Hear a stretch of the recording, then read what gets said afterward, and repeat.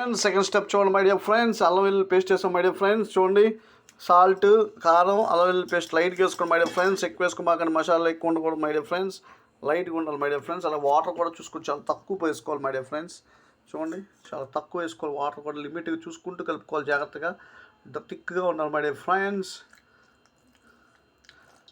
Okay, లైట్గా పోసుకుంటూ కలుపుకోవాలి మై డియర్ ఫ్రెండ్స్. ఎక్కువ వాటర్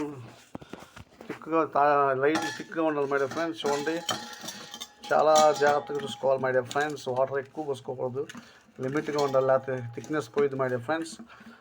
చూడండి, కొంచెం పోసుకోవాలి వాటర్, చాలా తక్కువ పోసుకోవాలి మై డియర్ ఫ్రెండ్స్. చూడండి, ఇంకా చాలా తక్కువ.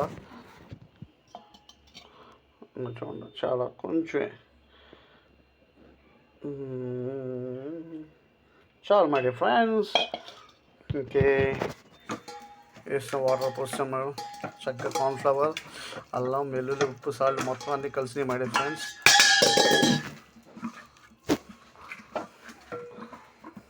ఓకే, అలా కలుపుకోవాలి, థిక్గా ఉండాలి,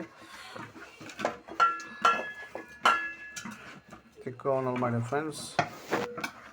చూడండి, అంత జాగ్రత్తగా కలుపుకుంటే అంత మంచిది. పిచ్చి కలిపితే వాటర్లా ఉంటుంది, ఇది ఇలా ఉండాలి మై డియర్ ఫ్రెండ్స్. చూడండి, ఇలా ఉండాలి థిక్గా.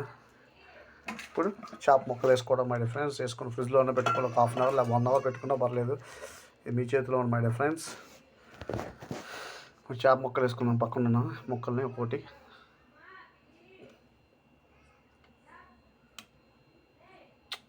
కాదు మై డియర్ ఫ్రెండ్స్.